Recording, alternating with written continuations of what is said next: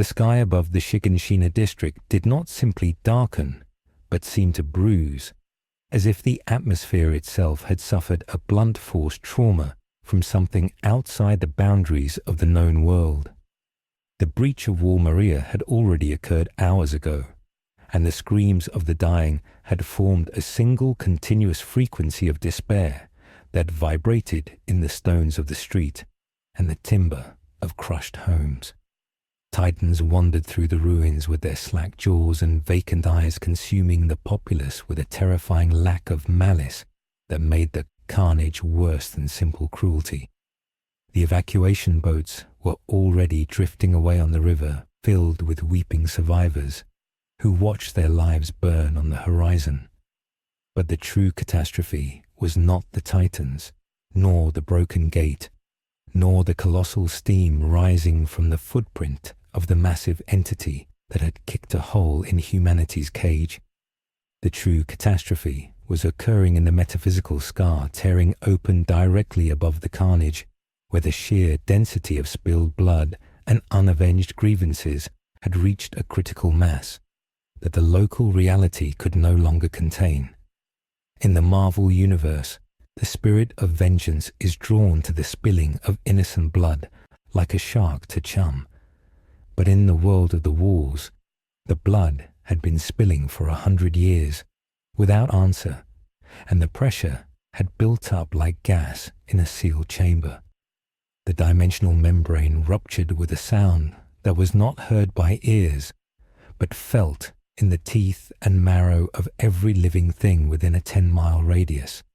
It was the sound of a cosmic judgment finally arriving late and angry. A tear in the fabric of the sky opened up, bleeding distinct unnatural colors of deep crimson and charred orange that had nothing to do with the sun or fire. Gravity momentarily reversed in the localized zone of the breach, pulling rubble and Titan steam upward into the void before the laws of physics snapped back with a violent elastic recoil. Something fell from that wound in the sky. It did not fall like a stone or a bomb, but like a driven nail. It trailed a plume of fire that was not the natural yellow-red of burning wood, but a blinding, white-hot, supernatural flame that hissed, even as it cut through the air. The object struck the cobblestone center of the commercial district with an impact that sent a shockwave rippling outward, patterning the already ruined buildings and knocking the smaller 3-meter Titans off their feet. The impact crater glowed with a heat intense enough to vitrify the sand into glass instantly. Inside the crater, the air shimmered and distorted as a distinct mechanical roar began to rise above the ambient noise of destruction. It was the rhythmic thrum of an engine, but deeper and more guttural than any industrial machine known to the Eldian engineers. From the center of the molten glass, a wheel wreathed in hellfire spun, gaining traction on the impossible surface. A figure emerged riding a machine of chrome and bone that defied every technological limitation of the year 845. The rider wore leather that creaked like old armor, and chains that rattled with the weight of damned souls. His head was a bare human skull, stripped of all flesh, and ignited by a wreath of perpetual flame that burned without consuming the bone. The Ghost Rider had arrived not as a savior of humanity, but as a reaction to an ecosystem defined entirely by predators and prey. He idled the hell cycle in the middle of the apocalypse.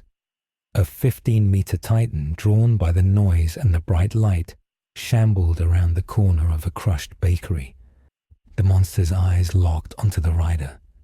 The Titan possessed no intelligence to understand fear or hesitation. It reached down with a massive hand intended to scoop up the burning anomaly. The rider did not move his machine. He simply tilted his skull upward. The flames flared brighter, turning from orange to a cold, judgmental blue. The presence of the spirit of vengeance instantly completely rewrote the spiritual pressure of the district. For the first time in history, a Titan hesitated. The creature's instinct to consume was overridden by a primal ancient warning that predated the Titans themselves. The rider revved the engine and the sound shattered the windows of the remaining standing structures. The hunt had begun. The hand of the 15-meter Titan closed around the Ghost Rider with the force of a hydraulic press capable of crushing stone into dust. The skin of the Titan was hot to the touch of a normal human, but to the rider, it felt like wet clay, cold and clammy against the inferno of his own existence. The Titan squeezed. Bones should have shattered and the motorcycle should have crumpled into scrap metal. Instead, the Titan's fingers began to blacken. A smoke, distinct from the creature's natural steam, began to rise from the point of contact. It was the greasy, black smoke of rendering fat and charring meat. The rider did not struggle. He sat motionless on the idling hell cycle, while the heat of the spirit of vengeance transferred directly into the biological lattice of the monster holding him. The Titan's expression remained vacant for a second longer before the pain registered. It was a pain that transcended the nervous system. The Hellfire was not merely burning the flesh, it was agonizing the very concept of the Titan's animated existence. The creature opened its mouth to scream, but the sound that emerged was a gurgling hiss as the fire traveled up its arm and into its throat. The rider revved the engine. The sound was a thunderclap in the palm of the giant. With a burst of acceleration, the hell cycle shot forward not away from the Titan, but directly up its arm. The tires spun on the rapidly necrotizing flesh, gripping the Titan's forearm like asphalt. The rider trailed a chain of molten steel that whipped behind him like a scorpion's tail. As the bike crested the Titan's shoulder, the rider swung the chain. The links elongated, responding to his will, wrapping around the Titan's thick neck 3 times. The rider dropped off the other side of the giant, using the bike's momentum and the gravity of the fall to cinch the noose tight. The chain seared through the nape, not cutting it with a blade's edge, but melting it with the accumulated anguish of 1,000 hells. The Titan did not disintegrate. It did not dissolve into steam, as was the natural law of this world. Instead, it collapsed into a heap of burning slag, its regenerative factor completely nullified by the mystical cauterization. The corpse remained solid, a burning monument to a new kind of death. Hannes saw the pillar of fire from 3 streets away. He was running with Eren and Mikasa tucked under his arms, his breath ragged in his chest, his mind racing with the shame of his own cowardice. He had faced the smiling Titan, and he had frozen. He had chosen survival over valor, and now he was fleeing while Carla Yeager lay buried under the wreckage of her home. The ground shook not with the footsteps of giants, but with an unnatural vibration that rattled his teeth. He skidded to a halt as the motorcycle launched itself over the tiled roof of a bakery to his left. Hannes had never seen a motorcycle. The technology of the walls was limited to coal and steam and basic mechanics. This machine was a nightmare of chrome and noise. It landed on the cobblestones with a heavy metallic thud that cracked the pavement. The rider was a skeleton wreathed in flame. Hannes stared, his mind unable to categorize the threat. Was this a new type of Titan?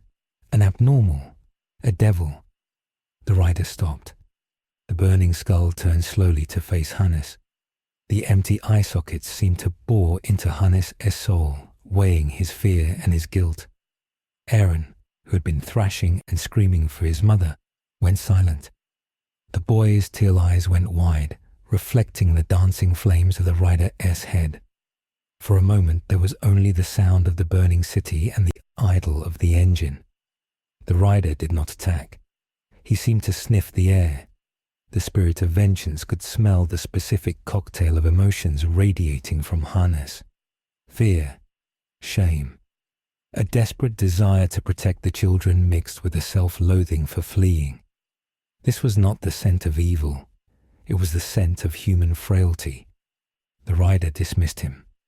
The skeletal head turned away, looking back toward the direction Hannes had come, toward the Yeager house, toward the smiling Titan, with a screech of tires that sounded like a damned soul screaming. The rider spun the bike around and accelerated back into the heart of the carnage. Hannes fell to his knees, gasping for air. The heat of the passing machine had singed the hair on his arms. Eren began to struggle again, screaming for Hannes to let him go, to go back, but Hannes tightened his grip. The soldier didn't know what that thing was, but he knew that whatever was happening back there was no longer a fight for humans. It was a clash of monsters. He scrambled to his feet and resumed his sprint toward the canal, toward the boats, toward safety, forcing himself not to look back at the column of white fire rising into the sky. Back at the ruins of the Yeager home, Carla Yeager was still struggling to breathe. The weight of the roof beams was crushing her legs, and the pain was a sharp white noise in her mind. She heard the footsteps of the smiling Titan getting closer. She had accepted her death. She had told her children she loved them, and she had made Hannes take them away. She was ready. The giant face of the smiling Titan loomed over the debris, its grotesque, permanent grin stretching wide. The hand reached down, massive fingers splayed to grasp her broken body. Carla closed her eyes. Then the world turned orange. A chain wrapped around the smiling Titan's wrist, mid-reach. The chain was glowing white-hot. The Titan was jerked backward with such violence that the ground shook. Carla opened her eyes. Standing atop the rubble of her neighbor's house was the figure of death itself. The Ghost Rider held the end of the chain in a gloved hand. He yanked the chain again, and the 14-meter Titan was pulled off balance, crashing into the street with a thunderous impact that sent debris flying. The smiling Titan was an abnormal driven by a specific twisted instinct, but even it could not ignore the burning agony of the Hellfire chain. It thrashed, trying to bite the metal links. The rider leaped from the roof, landing on the Titan's chest. The machine was gone, left idling nearby. Now it was just the spirit and the monster. The rider grabbed the Titan's jaw with both hands. The flames on his skull flared, turning from orange to a blinding violet. He looked into the Titan's eyes. The penance. Stare is the ultimate weapon of the Ghost Rider. It forces the victim to feel all the pain they have ever inflicted on others. It burns the soul with the weight of its own sins. But the smiling Titan was Dina Fritz. She was a restorationist, a woman turned into a monster by the Malian government, injected with spinal fluid, and sent to wander paradise as a nightmare. She was a victim. Inside the nape of the Titan, there was no conscious mind, only a trapped nightmare of a human consciousness, suspended in an endless dream of hunger. The rider stared, and he saw the truth. He saw the history. He saw the syringe. He saw the wall. He saw the betrayal. The spirits of vengeance paused. The stare did not burn the Titan because the Titan was not the sinner. The Titan was the weapon. The sin belonged to the Creator. The sin belonged to the world that made this. The rider released the jaw. He did not kill the smiling Titan with the stare. Instead, he channeled his hellfire into his fist. This was not judgment. This was mercy. He drove his fist down into the Titan's chest, smashing through the breastbone, burning through the meat and the muscle, aiming for the nape from the front. The heat vaporized the Titan's flesh instantly. He ripped the creature apart, searching for the human remnant, not to save it, for it was too late for that, but to end the suffering. He found the trace of the human spinal cord, the anchor of the curse. He burned it. The smiling Titan went limp. Its body began to disintegrate, but unlike the natural steam, this dissolution was ash. The rider stood on the evaporating corpse of the woman, who had eaten Eren's mother in another timeline. He looked at Carla. Carla Yeager stared up at the burning skeleton standing on the corpse of the monster that had almost eaten her. She was in shock. Her legs were still crushed. The house was still heavy. The fire from the Reiner's presence had caught on the wooden beams of her home. The heat was intensifying. The rider looked at her. He saw an innocent. He saw a mother who had sacrificed herself. He walked over to the wreckage. He did not speak. He gripped the main beam that pinned her legs. Wood that required 3 men to lift groaned under his grip. The fire on his skull dimmed slightly to a low simmer, as if trying not to frighten her further, though his appearance was terror incarnate. With a single effortless motion, he lifted the entire collapsed roof section 3 feet into the air. Carla gasped, the pressure releasing from her shattered legs. She tried to crawl, but her legs were useless. The rider reached down. His leather glove was hot, but not burning. He took her by the arm and pulled her free, dragging her clear of the burning house. He laid her on the cobblestones of the street. Carla looked at him, her eyes wide with tears and terror. "Thank you," she whispered. The rider did not respond. He turned his head, looking toward the inner gate, toward the Wall Maria gate that led to the Trust District. He sensed a concentration of power there, a density of sin, a deception. He walked back to his cycle, which had rolled itself to his side. He mounted the machine. Carla reached out a hand. "My children," she said. They went to the boats. The rider paused. He nodded once, a stiff mechanical motion of the skull. Then he gunned the engine and roared away, leaving Carla Yeager broken but alive in the middle of a burning city, while the evacuation sirens wailed in the distance. The Shiganshina district was falling. The Titans were pouring in through the outer breach in numbers that overwhelmed the garrison. But the flow of the battle had changed. The Titans near the commercial district were not advancing. They were burning. The Ghost Rider tore through the streets like a wildfire. He did not stop for every Titan. He was hunting. He was drawn to the greatest concentration of negative energy, and that energy was radiating from the 2 humans who were not humans, standing atop the inner wall. Reiner Braun and Bertolt Hoover stood on the edge of Wall Maria, watching the destruction they had wrought. They were preparing for the next phase. Reiner, the armored Titan, was ready to transform and charge the inner gate to breach Wall Maria, effectively destroying the territory and forcing humanity back behind Wall Rose. It was the mission. It was necessary to retake the Founder. But Reiner was hesitant. He was looking down at the city through a pair of binoculars and his hands were shaking. "What is that?" Bertolt asked, his voice trembling. "Do you see that fire?" "I see it," Reiner said. "It's not steam. It's moving too fast." "Is it a weapon?" Bertolt asked. "Did the Paradise forces have a weapon we didn't know about?" Reiner lowered the binoculars. The panic in his eyes was visible. "It's a man on fire," Bertolt, riding a machine. "He just killed 3 Titans in the plaza. He didn't use blades. He burned them." "That's impossible," Bertolt said. "There is no technology like that here." Reiner gripped his sword. "We have to proceed. The mission stands. If it's a threat, we destroy it. I'll transform. I'll break the gate. You cover me." "Reiner, don't," Bertolt warned. "We don't know what that is." "We don't have a choice," Reiner snapped. "The Titans are already in. If we wait, we lose the element of surprise. We are warriors." Reiner handed the binoculars to Bertolt and stepped to the edge of the wall. He took a knife from his gear. He sliced his hand. Yellow lightning exploded from the sky. The transformation of the armored Titan was usually the most imposing event on any battlefield. Muscle and hardened bone knit together in seconds, creating a 15-meter juggernaut, covered in plates of organic armor that could withstand cannon fire.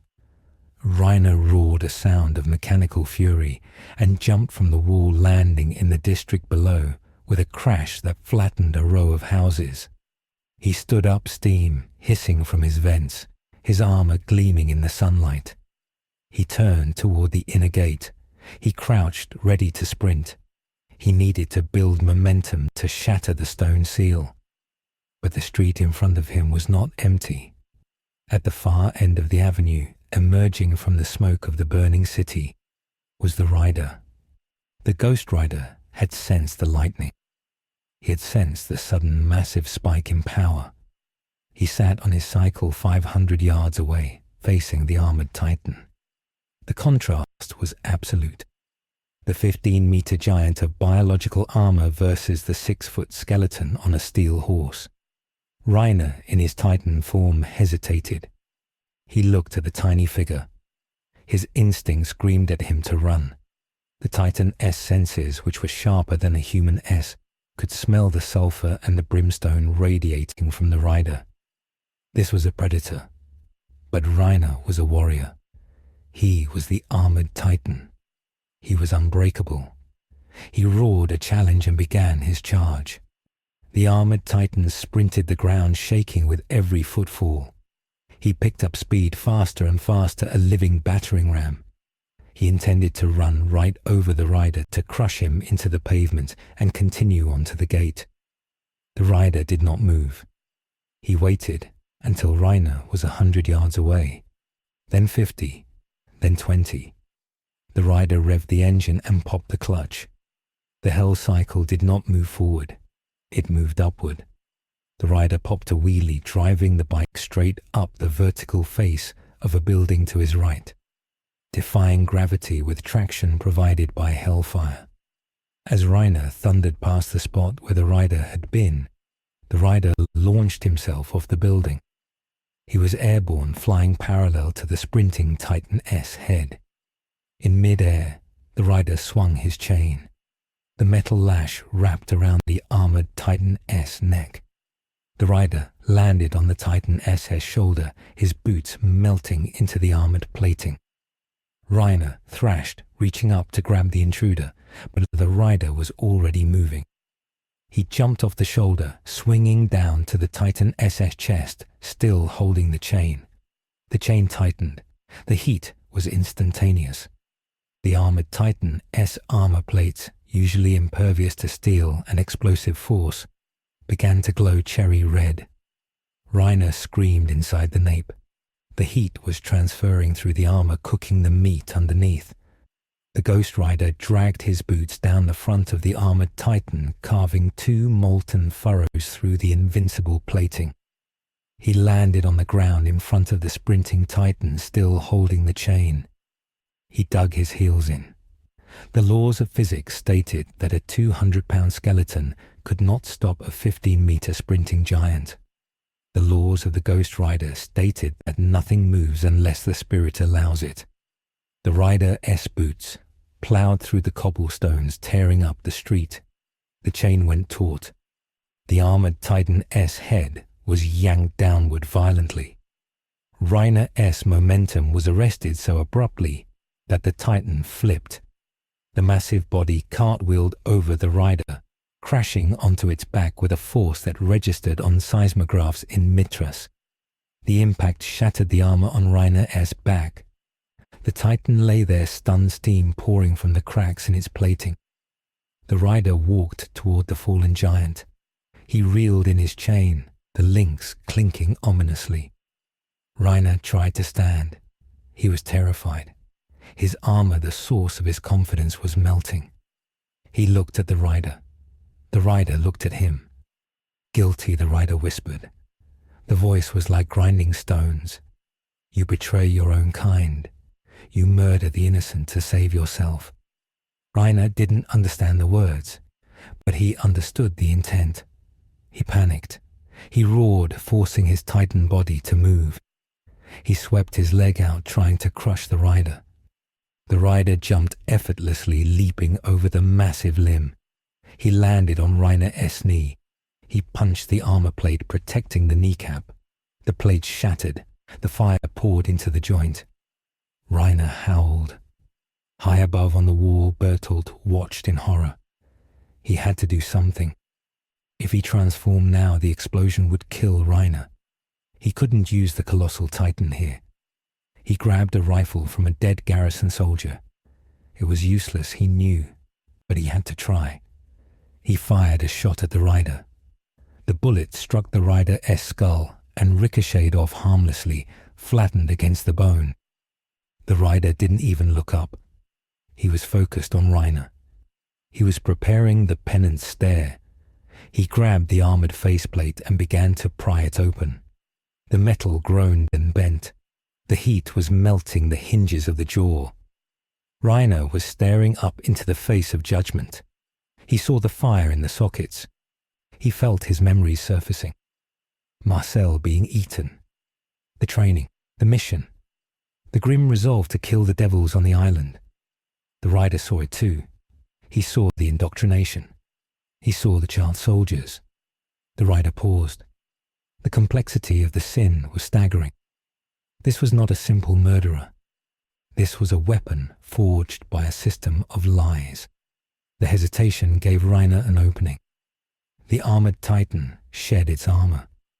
Reiner ejected the plates on his back, creating a localized steam explosion of immense pressure. The blast knocked the rider back, sending him tumbling through the air. Reiner used the distraction to scramble to his feet. He was damaged. His armor compromised, his body burned, but he was still alive. He looked at the gate. He looked at the rider rising from the smoke. Reiner knew he couldn't win, but he had to break the gate. If he didn't, they were trapped here with this thing. Reiner screamed and turned his back on the rider sprinting for the inner gate. He ignored the pain. He ignored the heat. He ran with everything he had. The rider remounted his cycle. He revved the engine. He chased. The race was short. Reiner hit the gate with his shoulder. The stone shattered. The debris flew inward into the Trost district. While Maria had fallen, Reiner didn't stop.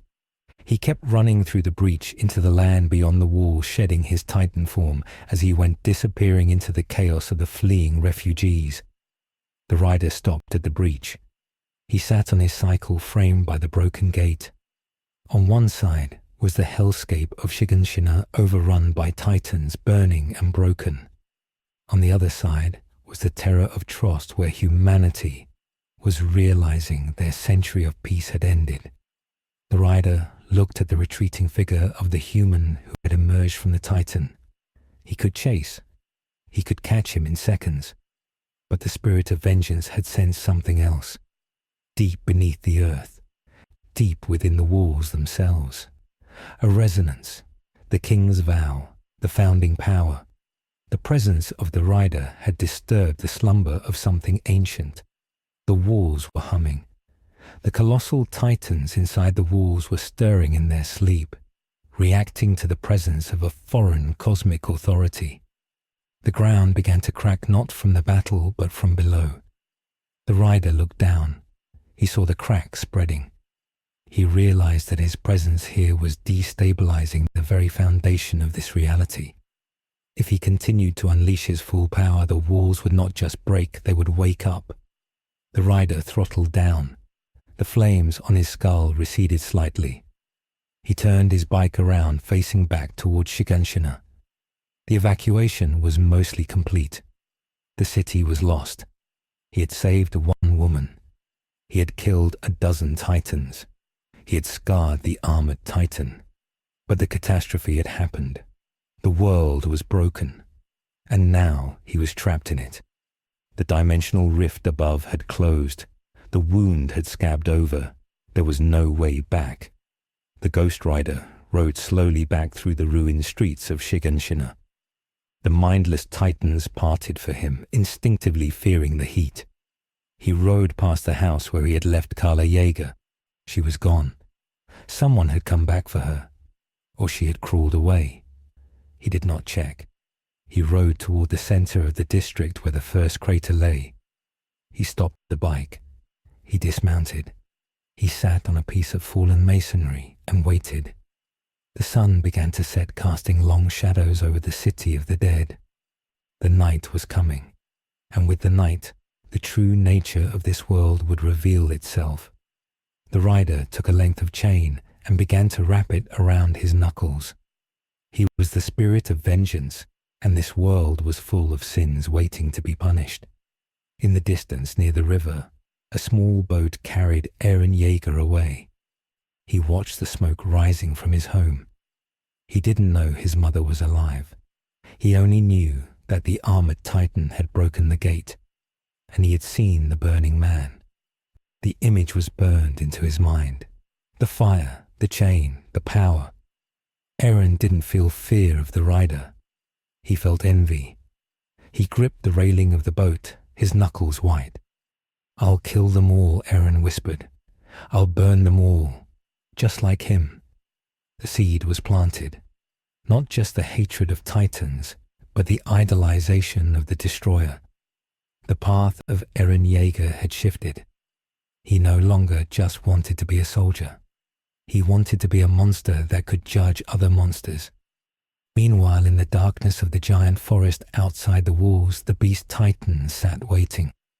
Zeke Yeager had felt the disturbance. He had felt the ripple in the paths. He adjusted his glasses with a massive, hairy finger. "Something interesting has arrived," he murmured. "Something that doesn't belong to Ymir." He looked toward the walls. "We'll have to see whose side it's on." The silence of the graveyard that Shiganshina had become. The only sound was the crackle of the Ghost Rider S flame and the distant heavy footsteps of titans claiming their new territory. The board was set, the pieces were moving, and the rules of the game had been burned to ash. The winter that followed the fall of Wall Maria was the coldest in living memory. It was as if the heat of the Ghost Rider S arrival had siphoned the warmth from the atmosphere, leaving behind a brittle grey chill that froze the mud in the refugee camps and turned the breath of the dying into weak mist. The food reserves were gone.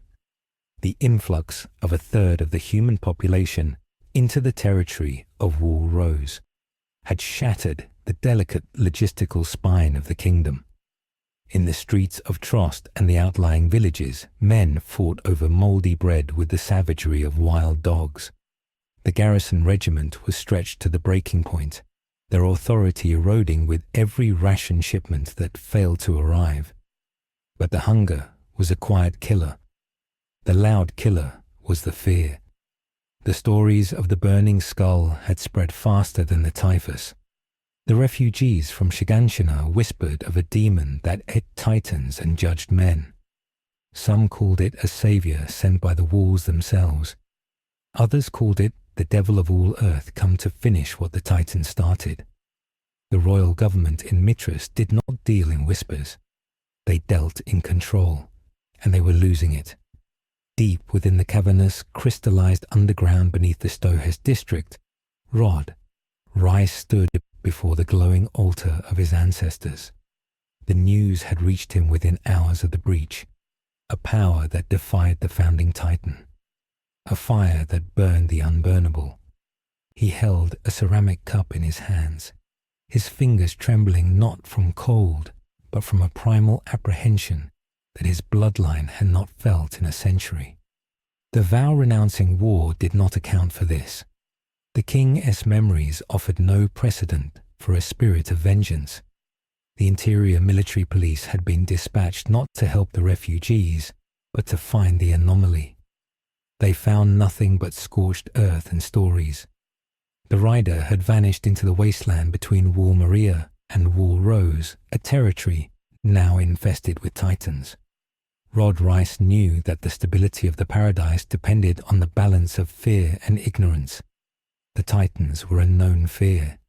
The rider was an unknown variable that threatened to wake the population from their slumber. He summoned the only man capable of hunting a nightmare. Kenny Ackerman walked into the cavern, his boots echoing on the crystal floor. He looked bored, his trench coat dusty, his hat pulled low. He didn't bow. He simply looked at the panicked noble and grinned, exposing his gold tooth. "You look like you've seen a ghost, Rod. Or is it the burning one everyone is crying about?" Rod Rice did not smile. "It is an existential threat, Kenny. It is not a Titan. It is not a human. It burned the armored Titan. It saved a civilian. Its motives are unclear, but its power is absolute. Find it. Kill it. Or if you cannot kill it, lead it away."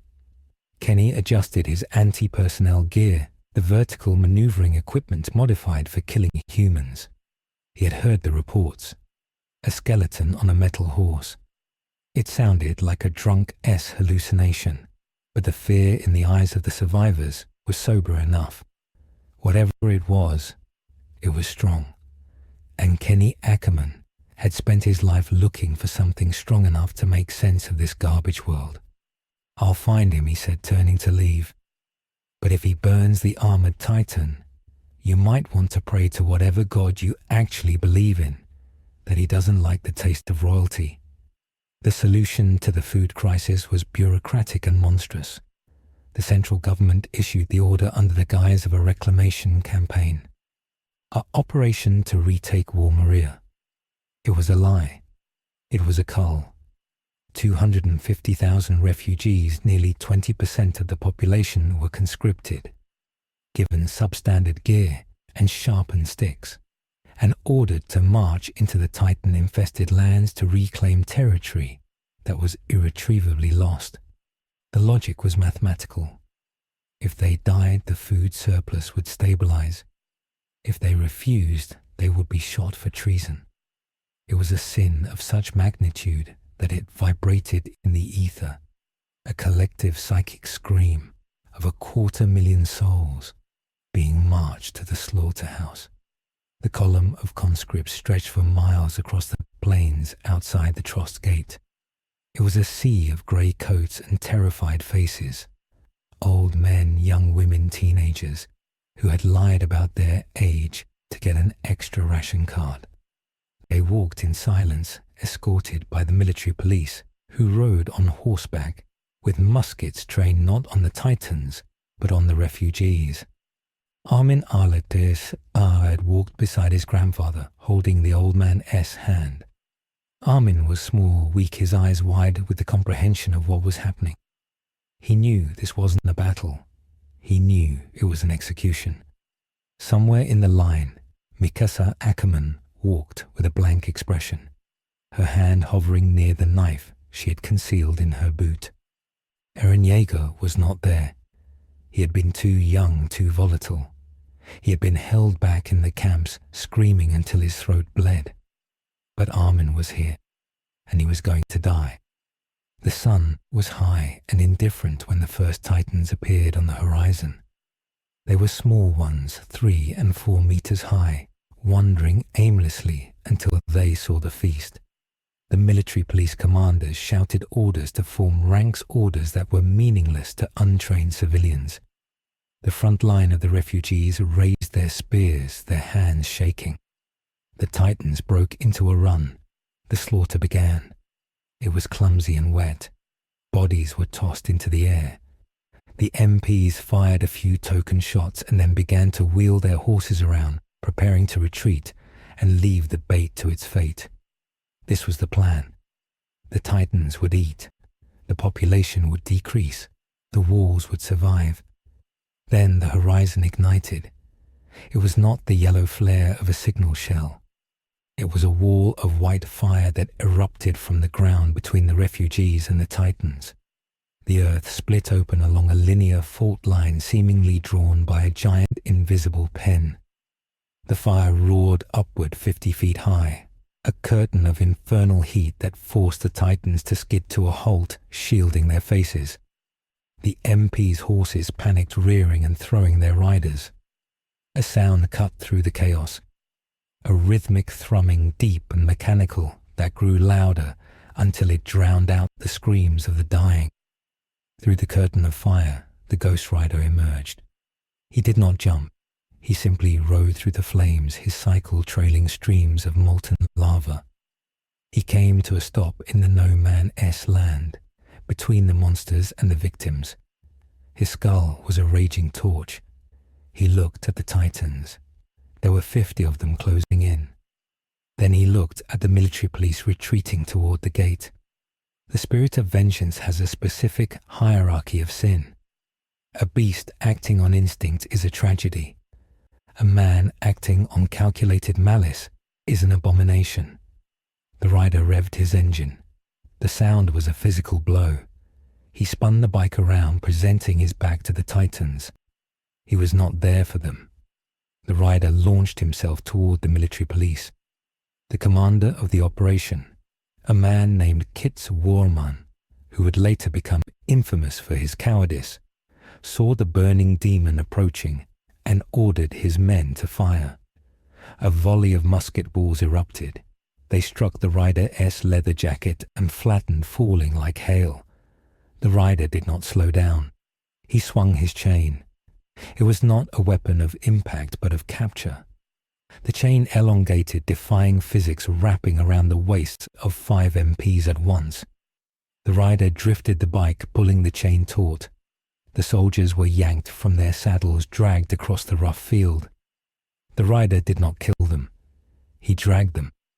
He dragged them back toward the refugee line, back toward the Titans. He deposited the terrified soldiers at the feet of the conscripts.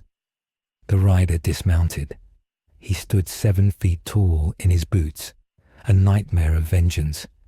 He pointed a gloved finger at the Titans, which were currently testing the wall of fire. Then he pointed at the MPs.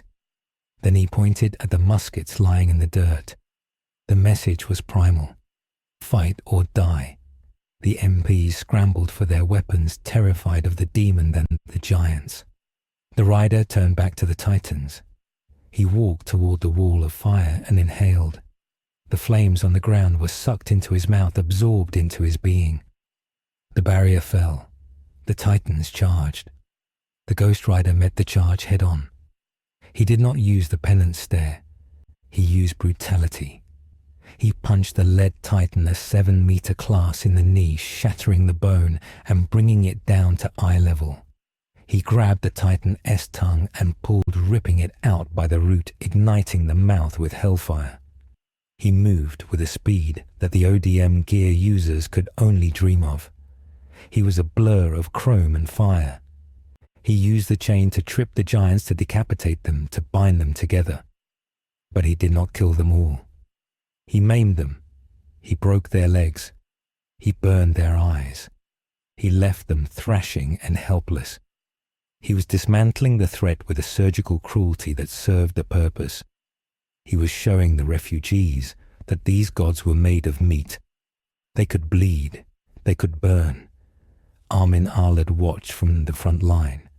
His grandfather gripped his shoulder. Armin saw the rider tear the arm off a Titan and use it as a club to beat another Titan to death. It was horrifying. It was magnificent. The logic of the world was shifting. The Titans were not invincible. They were just biomass. And this thing, this rider, was something else. Armin saw the rider stop in the middle of the carnage. The Titans were broken or dead. The rider turned to the refugees. He revved his engine and gestured with his head. Back. He pointed toward the Walrose Gate. The return of the 250,000 was a logistical nightmare that turned into a political catastrophe. The garrison regiment stationed atop Wall Rose had been ordered to keep the gate closed until the operation was complete. They saw the column returning, led by the burning rider. The commander ordered the cannons loaded. They were to fire on the returning deserters. The logic of the cull had to be maintained. If these people returned, the food would run out. It was a utilitarian calculation. The Ghost Rider saw the cannons tracking him. He saw the intent. He accelerated, leaving the refugees behind, speeding toward the massive wooden gate. The cannons fired. Grape shot exploded around him, tearing up the earth. The rider drove through the smoke. He hit the base of the wall and drove straight up. The vertical maneuvering gear relied on gas and wires. The Hell cycle relied on the defiance of gravity. He roared up the 50-meter wall, leaving a scorched black tire track on the stone face. He crested the wall, launching himself onto the walkway where the cannons were positioned. The garrison soldiers froze. The heat coming off the rider was intense enough to blister paint. He sat on his bike, the engine idling with a menacing growl. He looked at the cannon. He looked at the gunner. The gunner, a young man named Rico, dropped the lanyard. The rider reached out and touched the cannon barrel. The iron turned red, then white, then liquefied. The cannon melted into a useless puddle of slag. The rider moved to the next cannon, and the next. He did not kill the soldiers. He disarmed them. He destroyed the means of the massacre. When the artillery was silenced, he stopped at the edge of the wall, looking down at the gate mechanism. He whipped his chain down, wrapping it around the windlass that controlled the gate. With a heave that cracked the stone beneath his feet, he forced the mechanism to turn. The gate groaned and began to open. The refugees poured back in. The cull had failed. The population remained. The food crisis was now absolute. The Ghost Rider had saved the lives of 250,000 people, and in doing so, he had condemned the walls to starvation and civil unrest. He did not stay to solve the hunger. That was a human problem. He had stopped the sin of murder. The consequences of survival were not his domain. As the last refugee crossed the threshold, the rider turned his bike toward the interior, toward the deep forests within Wall Rose. He vanished, leaving the military in shambles and the government in a state of cold panic. 2 years passed. The Society of the Walls did not collapse, but it festered. The survival of the refugees meant that rations were cut to starvation levels. Crime syndicates took over entire districts. The military police became a gang protecting the rich who hoarded food. The tension between the refugees and the original residents of Wall Rose exploded into riots. The name Ghost Rider became a shibboleth. To the poor, he was the spirit of retribution, who would one day burn the nobles. To the rich, he was the demon that caused the famine. In the southern forest near the training grounds of the 104th Cadet Corps, the nights were quiet, but the recruits did not sleep well. The training had changed. Keith Shadis, the instructor, was harder, more brutal. He had seen the rider that day in Shiganshina. He knew that ODM gear was not enough. He pushed the cadets to break their limits because he knew the world had changed. Eren Yeager sat by the campfire, his eyes fixed on the flames. He was 15 now, leaner, harder. The rage that had defined him as a child had cooled into a focused, obsessed intensity. He didn't just want to kill titans. He wanted power. He wanted the power he had seen that day. He wanted to be the judge. "He's out there," Eren said quietly. Mikasa sat beside him, sharpening her blades. "Stop it, Eren." "He's watching us," Eren insisted. He didn't leave. The MPs say he's hunting in the industrial districts, burning corrupt merchants. He is clearing the path. He is a monster, Jean Kirstein sneered from across the fire. He caused the famine. If those people had died, we'd have meat on our plates. He is not a hero, Eren. He is a disaster. Eren stood up, his fists clenched. He saved them.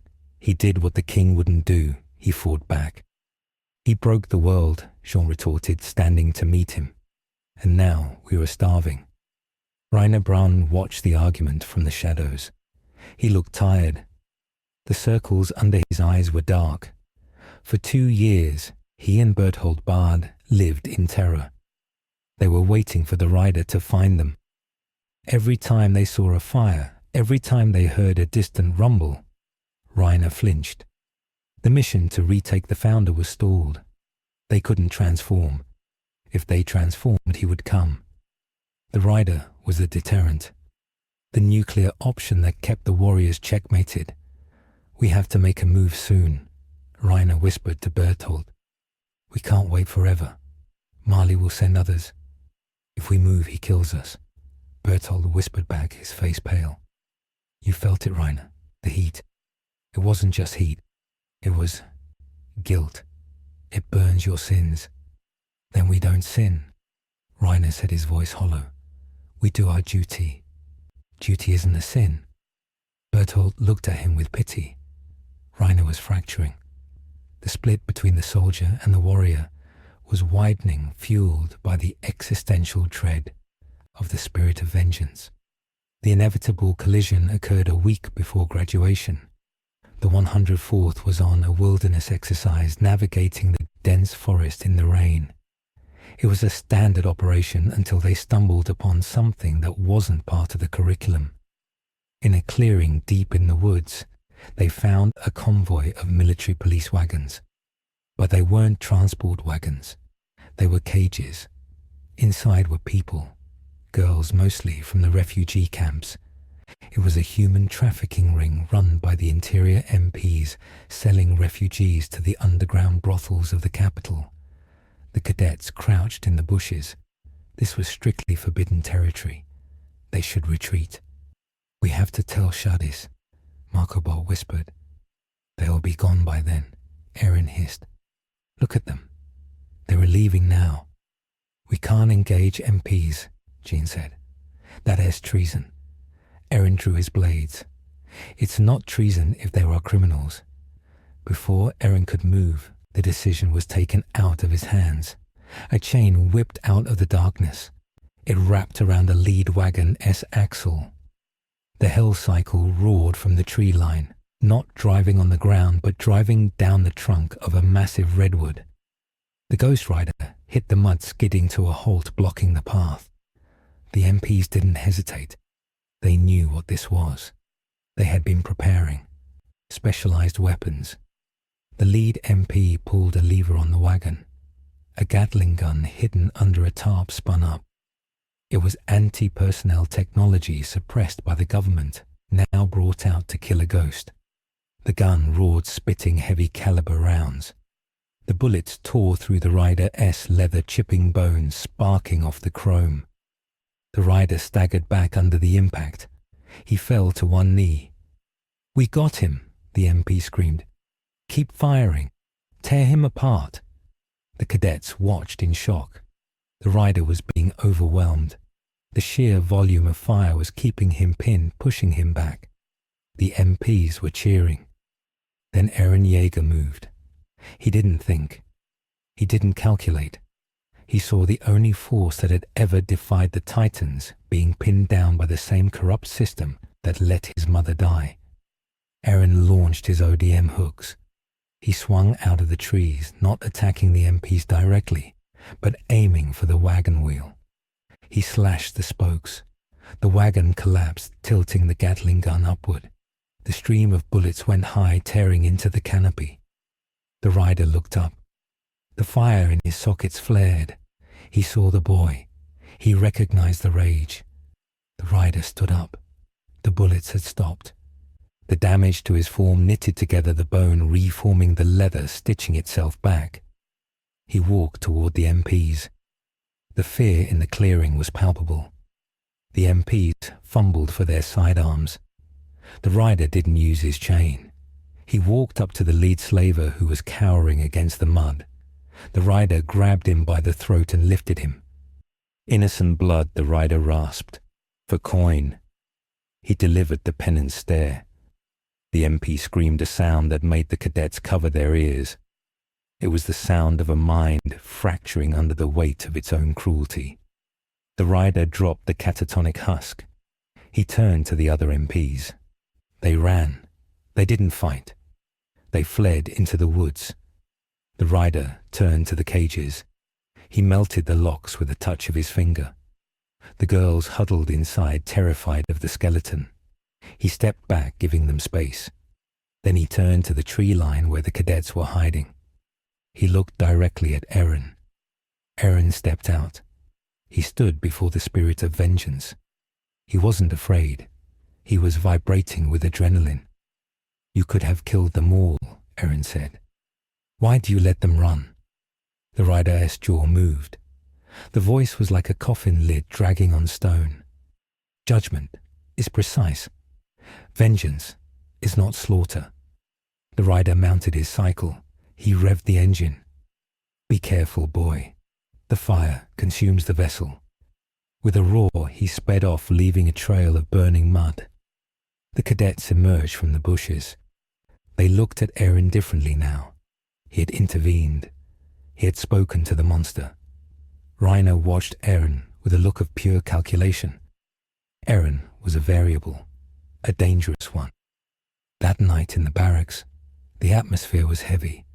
The world had just gotten larger and more terrifying. The graduation ceremony was approaching. They would choose their regiments. Most wanted the military police to live in the safety of the inner wall. But after what they had seen, the safety of the inner wall felt like a lie. "I'm joining the scouts," Eren announced, breaking the silence. "I'm going to find out what he is, and I am going to use it to kill every last Titan." Jean didn't argue. He just stared at the ceiling. "The world is ending," he muttered. "We're just picking the best seats for the show." The day of graduation arrived in Trost. The sun was bright. The mood was festive, a thin veneer over the rot of the society. The new graduates stood atop wall rows, looking out over the recovered land. It was quiet, too quiet. Then lightning struck, not from the sky but from the air itself. A massive explosion of steam knocked the cadets off their feet. A colossal hand gripped the top of the wall. The colossal Titan had returned. Bertolt had transformed. It was a desperate gambit. They had to breach wall rows. They had to flush out the founder. They had to force the endgame before the Ghost Rider hunted them down one by one. It was a suicide mission. Bertolt looked down at the Trost cannons. He raised his massive foot to kick the gate. But as he moved, he saw it. Standing on the very edge of the wall, directly in the path of the colossal Titan-S kick, was a tiny, flaming figure. The Ghost Rider had been waiting. He didn't have to hunt them. He knew they would come back. The rider revved his engine. He didn't retreat. He drove his bike straight at the massive swinging leg of the god of destruction. The collision of the Hell Cycle and the colossal Titan, the Shi's shinbone, a clash of scale versus supernatural intensity that would shatter the stalemate of the last 5 years. The catastrophe was no longer just survival. It was war.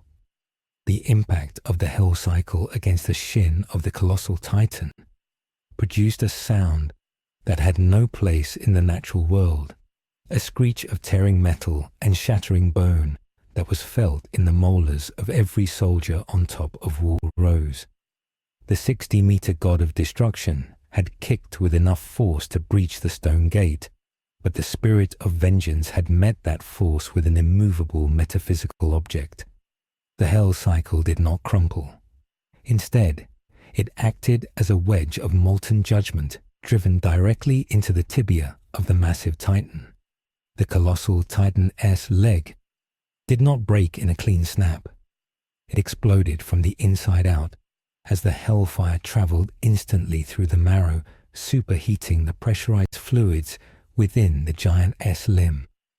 Bertolt Hoover screamed inside the nape, a sound that was lost in the deafening roar of escaping steam. The kick connected with the gate, but it was a glancing blow.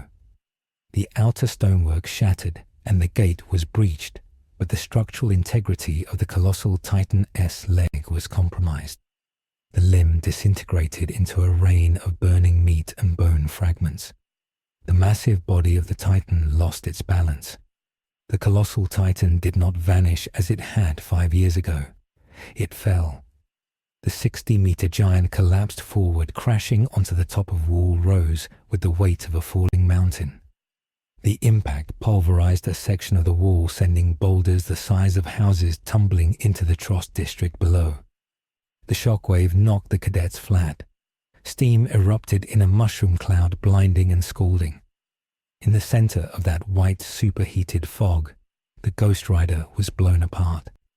The sheer kinetic energy of the Titan-S collapse, combined with the explosive release of steam, had stripped the flesh from the Rider-S bones and scattered his skeletal form across the battlements.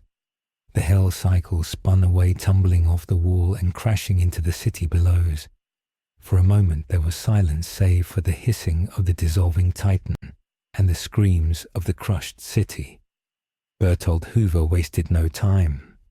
Under the cover of the steam, he ejected from the nape of the disintegrating giant, using his ODM gear to zip into the chaos of the Trost district, terrified and burned.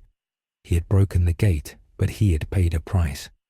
The Ghost Rider had taken his leg. The invasion of Trost began, not with a coordinated march, but with a chaotic scramble. The Titans poured through the hole in the gate, drawn by the density of human life.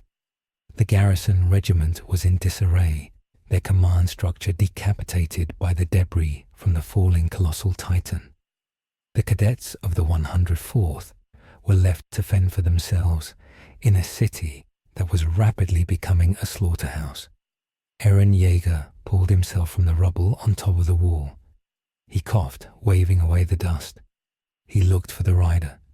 He saw only a scattered pile of bleached bones lying near the edge of the wall. The skull was separated from the spine, the jaw unhinged. The fire was out. Eren felt a cold pit in his stomach. The monster was dead. The invincible demon had been crushed by the sheer scale of the enemy. The hope that had fueled Eren's rage for 2 years flickered and died, leaving only the cold reality of the Titans. "We have to move." Connie Springer screamed, grabbing Eren's arm. "The Titans are in. We have to get to the vanguard." Eren looked at the bones one last time. He grit his teeth. It didn't matter. Dead or alive, the rider had shown him that they could bleed. Eren turned and launched himself off the wall, diving into the hell below. The battle for Trost had begun, and humanity was already losing. In the streets below, the carnage was absolute. The supply team was stuck in the headquarters, surrounded by Titans. The gas was running low. Mikasa Ackerman was tearing through the Titans near the evacuation route, her blade slicing with mechanical precision, but her eyes were dead. She had not seen Eren. She didn't know if he was alive. She only knew that the world was cruel and the only way to survive was to fight. But even her strength had limits. The sheer number of Titans was overwhelming. Squad 34, led by Mina Carolina, was decimated in an alleyway. Thomas Wagner was eaten by an abnormal. Eren Yeager, watching his friends die, felt the familiar snap in his mind. But this time it was different. He didn't just feel anger. He felt a judgment. He launched himself at the bearded Titan that had swallowed Thomas. His leg was bitten off in midair. He crashed onto the roof, bleeding and broken. Armin Arlad was frozen in shock, about to be consumed by a Titan. Eren dragged his mutilated body into the Titan-S mouth, forcing the jaws open, holding them apart with his bare hands and the last of his strength. "Get out, Armin!" Eren screamed, blood bubbling from his mouth. Armin reached for him, screaming, but the jaw snapped shut. Darkness. Inside the stomach of the Titan it was hot and wet. Bodies floated in the acid, half digested. Eren floated among them. He was missing an arm and a leg. He was dying. He looked at the faces of the dead. He saw the girl who had wanted to join the MPs. He saw Thomas, innocent, weak, eaten by monsters. The rage built up in Eren not as a fire, but as a solid, heavy thing. He remembered the rider. He remembered the chain. He remembered the words. "Vengeance is not slaughter. Judgment is precise. I will kill them all," Eren whispered into the burning dark. "I will judge them." He didn't just want to wipe them out. He wanted them to suffer. He raised his stump of an arm toward the fleshy ceiling of the stomach. The energy that surged through him was not the golden lightning of the paths. It was tinged with something darker, something that resonated with the presence of the entity that was currently reforming on top of Wall Rose. On the battlements, the pile of bones began to rattle. The skull rolled, finding the spine. The ribs clicked into place. The leather jacket wove itself out of thin air, stitching together with threads of smoke.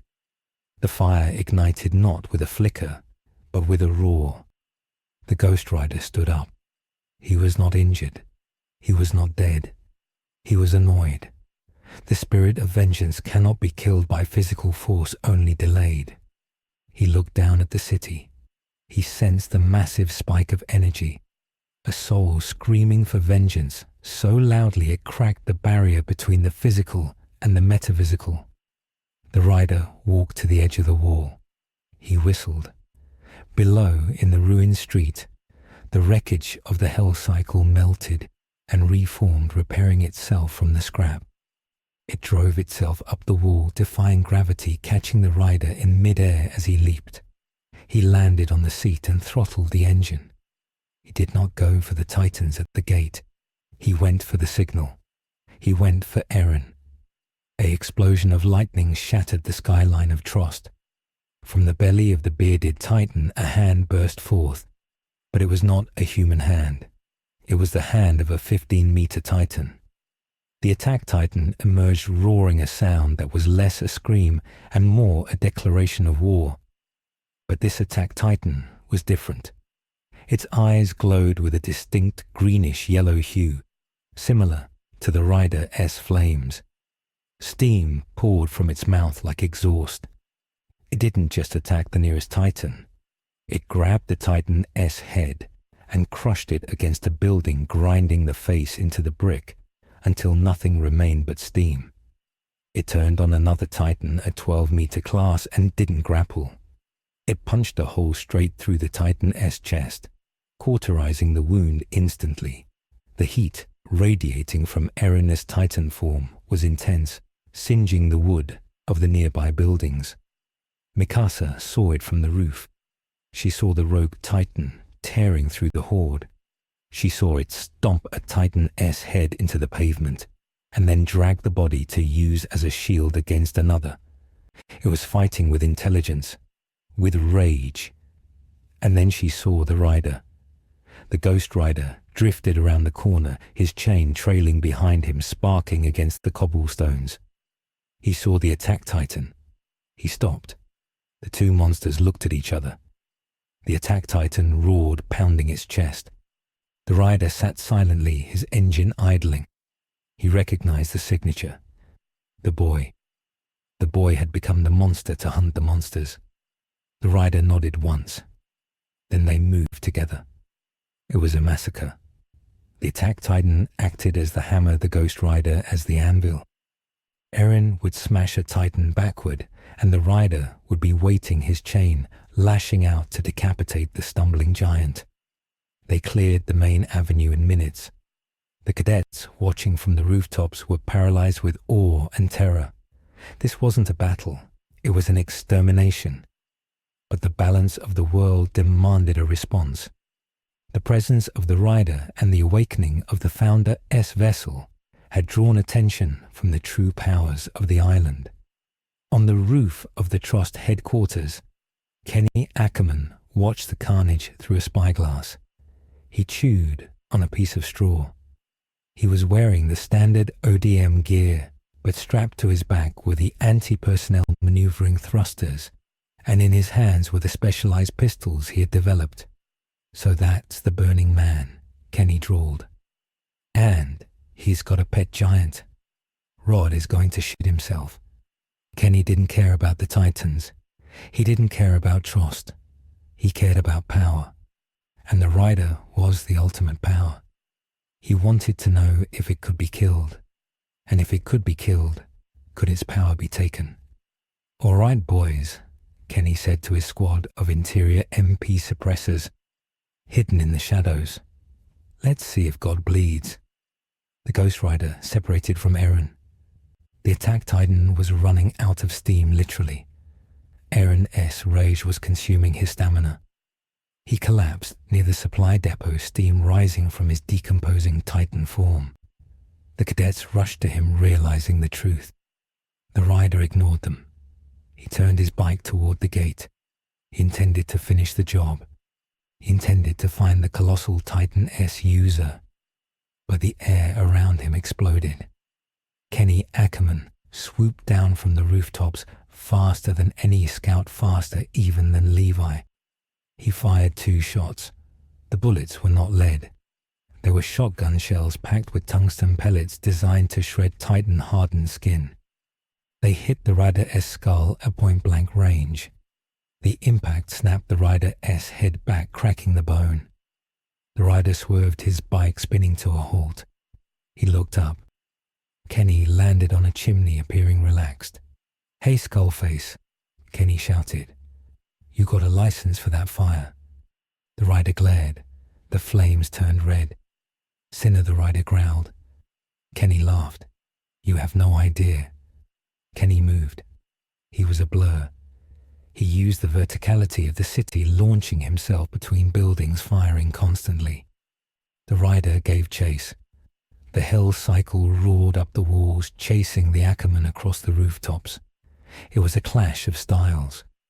The rider was brute force and supernatural law. Kenny was tactical genius and dirty fighting. Kenny blew up a water tower, dousing the rider in thousands of gallons of water. The steam explosion blinded the rider. Kenny used the distraction to slice the Hellcycle-S tires with his blades. The blades shattered on the Hellfire rubber, but the impact knocked the bike off balance. The rider crashed through a tiled roof, falling into an abandoned warehouse. Kenny landed on the beam above, looking down into the darkness. Did I get him? A chain shot out of the dark. It wrapped around Kenny's ankle. Shit. Kenny was yanked down. He fired his grapple hook into the ceiling, acting as a counterweight. He hung, suspended upside down, firing his pistols into the gloom. The rider walked into the light. The water hissed off his jacket. He was unharmed. He pulled on the chain. Kenny cut the line on his grapple, dropping to the floor. He rolled, dodging a punch that shattered the concrete floor. "You were a tough one," Kenny grunted, reloading. "I like that." The rider didn't speak. He unleashed a wave of hellfire in a radial blast. Kenny dove behind a stack of crates. The crates disintegrated. Kenny realized he was outmatched. This wasn't a fight he could win with bullets. He needed a trap. He needed the government's resources. Kenny fired a smoke canister, filling the warehouse with thick grey fog. When the rider cleared the smoke with a wave of his hand, Kenny was gone. The rider stood in the empty warehouse. He sensed the man in his retreat, a survivor, a predator. The rider respected the skill, but the sin remained marked. He would find him later. Outside, the situation had shifted. The garrison regiment under Dot Pixis had arrived. They had seen Eren emerge from the Titan. They had seen the rider fight. Pixis, a man of strategy and alcohol, saw an opportunity. The gate was still open. The Titans were still coming. But they had a Titan of their own. And they had a force of nature. Armin Arlert stood before Pixis, saluting with trembling hands. "Sir, Eren can seal the gate. He can lift the boulder." Pixis looked at the boy, then at the smoking warehouse where the rider had vanished. And the other one, the burning one. He fights the Titans," Armin said. "If we can focus him, if we can get him to clear the path." Pixis stroked his moustache. A demon and a monster saving humanity. What a joke. Do it. The operation to seal the gate was a desperate gamble. Eren transformed again, but this time he lost control. The attack titans swiped at Mikasa, confused and feral. The mission was failing before it started. The elite squad assigned to protect him hesitated. "Kill it," Riko Brzezinska shouted. It's a threat. Wait, Armin screamed. Suddenly, the hell cycle roared onto the scene. The Ghost Rider had returned. He drove between the garrison squad and the berserk Eren. He stopped the bike. He looked at the attack Titan. The Titan roared and swung a massive fist at the rider. The rider did not dodge. He caught the fist. The image was impossible. A 6-foot skeleton stopping the punch of a 15-meter giant with one hand. The ground beneath the rider's bike cracked, cratering under the pressure. The rider held the fist, the flames on his skull turning a calm, authoritarian blue. He looked into the Titan's eyes. He didn't use the penance stare. He used a command. Focus. The word resonated in the astral plane. Inside the nape, Eren heard it. It cut through the fog of instinct. The burning man, the vengeance, the goal. Kill them all. Seal the hole. The attack Titan blinked. The rage focused. Eren pulled his hand back. He turned away from the rider and walked toward the massive boulder. He stooped and lifted it. The weight was immense, crushing his bones, but he lifted it. Protect him, Ian Dietrich ordered, realizing the Titan was back on mission. The Titans were swarming, attracted by the concentration of humans.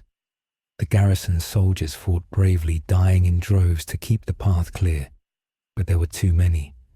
A group of 5 Titans blocked the final approach to the gate. The Ghost Rider revved his engine. He popped a wheelie and accelerated. He didn't use his chain. He engulfed the entire bike in a sphere of hellfire, effectively turning himself into a meteor. He smashed into the group of Titans. It was a bowling strike of cosmic proportions. Legs were severed. Torsos were vaporized. The path was clear. Eren carried the boulder step by agonizing step. He screamed a sound of pure defiance. He slammed the rock into the breach. The crash sealed Trost. The flow of Titans was stopped. Eren collapsed, his Titan form steaming. Rico fired the green signal flare. Mission accomplished. But the victory was short-lived. The military police arrived not to celebrate, but to contain. Dozens of soldiers surrounded the steam where Eren was being cut out of the nape by Armin and Mikasa. And surrounding the Ghost Rider were the elite interior squad, led by a returning Kenny Ackerman. Kenny stood on top of the wall looking down. That's our wrap, folks. The king wants a word with the hero, and he wants the skeleton in a cage. The Ghost Rider looked at the soldiers pointing their muskets at him. He looked at Eren, who was unconscious and being handcuffed. The rider could kill them all. He could burn Trost to the ground. But he saw the fear in the soldiers' eyes. They were not sinners. They were terrified men following orders. To slaughter them would be to become the monster they feared. The rider made a choice. He looked at Mikasa, who was glaring at him, pleading silently for help. He sleeps, the rider said, pointing to Eren. He learns. Then the rider tapped the gas tank of his cycle. He spun the bike around, creating a smoke screen of burning rubber and hellfire. When the smoke cleared, he was gone. He had vanished into the maze of the city, leaving Eren to face the judgment of the humans. The aftermath was immediate and brutal. Eren Yeager was thrown into a dungeon beneath the courthouse. He was chained to a chair. Across from him sat Irvin Smith, commander of the Scouts, and Levi Ackerman. So Levi said, looking at the boy, "You turn into a giant, and you are friends with the Burning Skull." "I'm not friends with him." Eren rasped, his voice raw. He's just... "What is he?"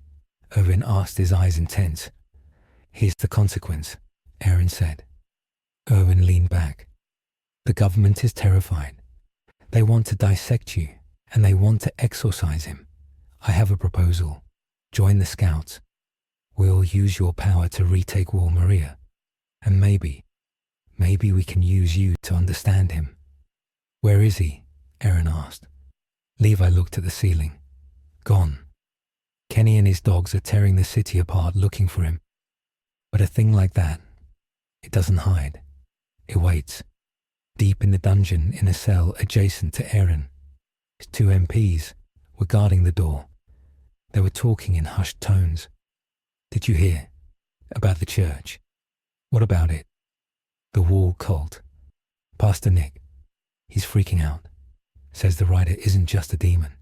He says the rider is a violation of the compact." "What compact?" "The walls, man. The walls. He says the heat. The rider S heat. It's waking them up." The ground shook slightly. Just a tremor. But deep inside the walls, inside the millions of colossal titans standing shoulder to shoulder, eyes began to open in the dark. The heat of the rider S presence was permeating the stone. The vow renouncing war was a psychic dampener, but the spirit of vengeance was a psychic amplifier. The sleep of the walls was becoming restless. In the shadows of the Mitras capital, Rod Rice met with the council. "He must be destroyed," Rod said, his voice trembling. "The coordinate is useless if the walls crumble on their own. The rider is accelerating the entropy of our world." "We cannot kill him," a general replied. "We tried. Cannons, bullets. He reforms. Then we bind him," Rod said. "We use the one thing that can stop a spirit. We use the memory of the world. We need the founder. We need the boy." Rodder's eyes narrowed. "Bring Eren Yeager to me.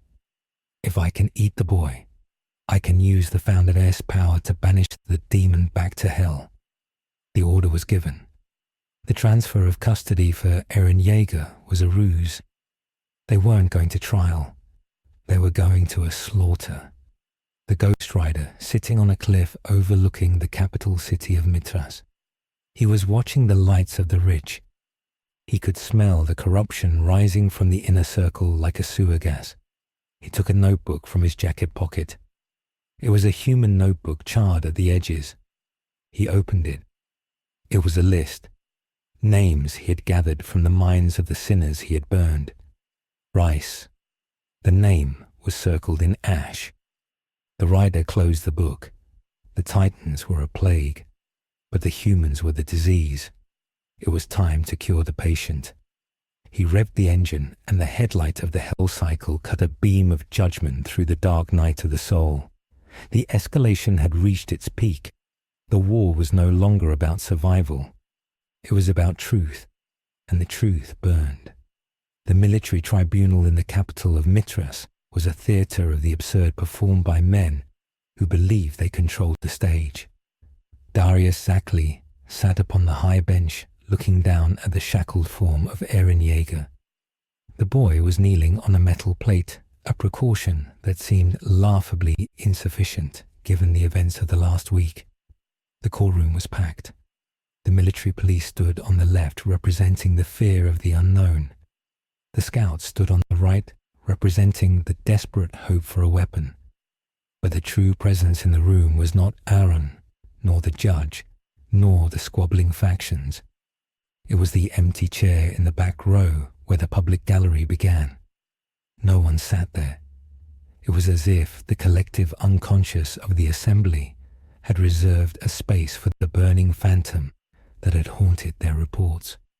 Niall Dock, the commander of the military police, was speaking, his voice high and thin with nervous energy. He argued that Eren was a biological risk, that his physiology was a beacon for the entity known as the Ghost Rider. He claimed that dissecting the boy was the only way to understand the connection. Niall was sweating. He knew that outside these walls the rider was hunting. He knew that his own name might be in the Book of the Dead. Erwin Smith stood calm and immovable. He proposed the 57th expedition.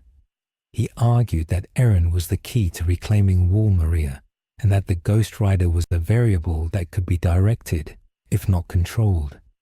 He framed the rider not as a demon, but as a natural disaster, a storm that struck the wicked.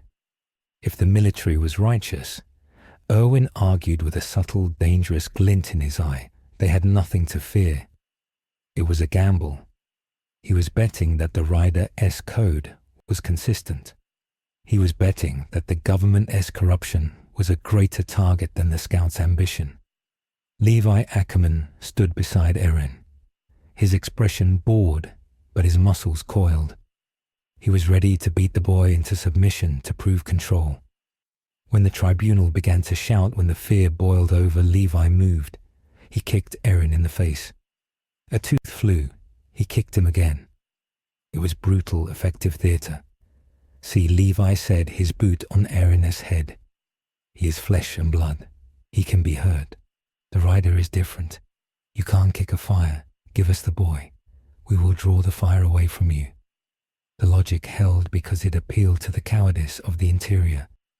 The custody was granted to the scouts. But as they led Eren away down the marble corridors of the courthouse, a sensation passed through the group. It was a heat that had no source. The torches on the walls flickered and turned blue for a fraction of a second. Levi stopped. He looked back down the empty hallway. He felt it. The judgment. The rider had been there watching, listening. The verdict had been accepted, but the probation was temporary. The convoy that left the capital was a decoy. Erwin Smith was a master of deception. He sent the official wagons to the east, toward the degradation districts. He took Eren Levy and the Special Operations Squad toward the deepest part of the Titan Forest to the old castle headquarters. They needed isolation. They needed to test the boy. And they needed to hide him from the assassin that Rod Rice had surely sent. But they had underestimated the desperation of the enemy. The female Titan did not wait for an expedition beyond the walls. Annie Leonhardt had been in the courtroom. She had seen the blue flicker of the torches. She knew that her time was running out. If the rider found her before she secured the founder, she was dead. She didn't fear Levi. She didn't fear the Titans. She feared the penance stare. She had seen what it did to the MPs.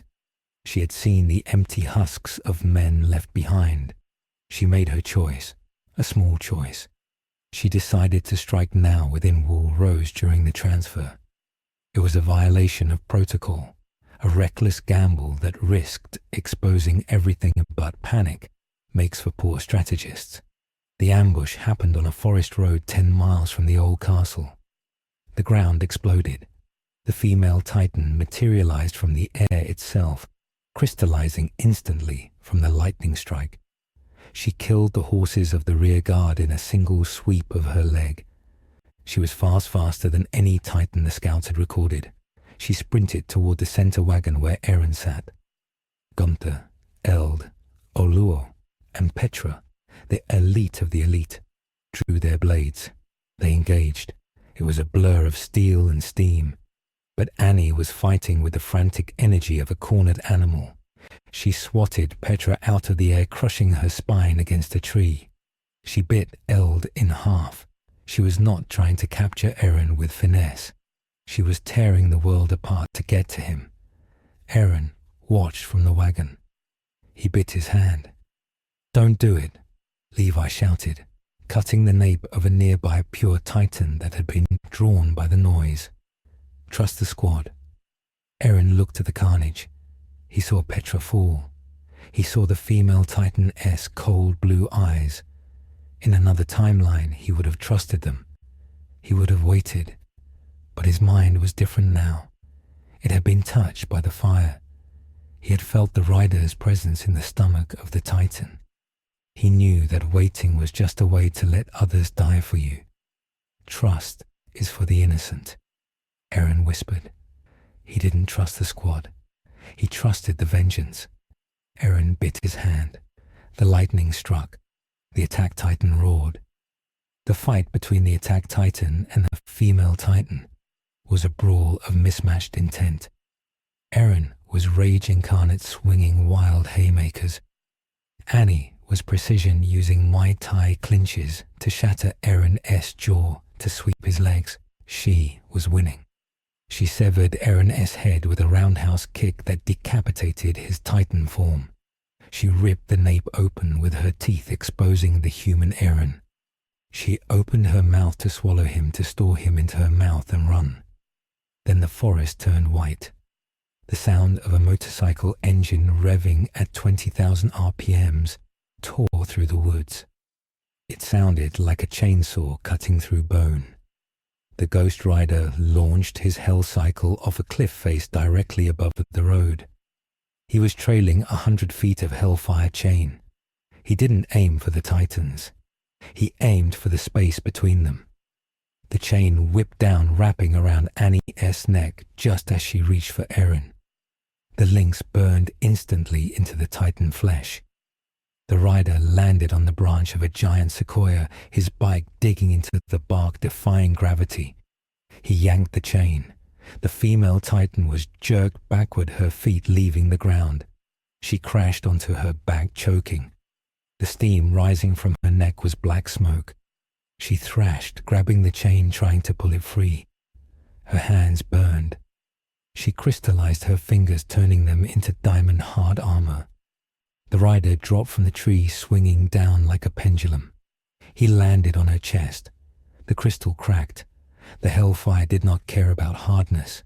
It cared about the soul inside, and the soul inside was terrified.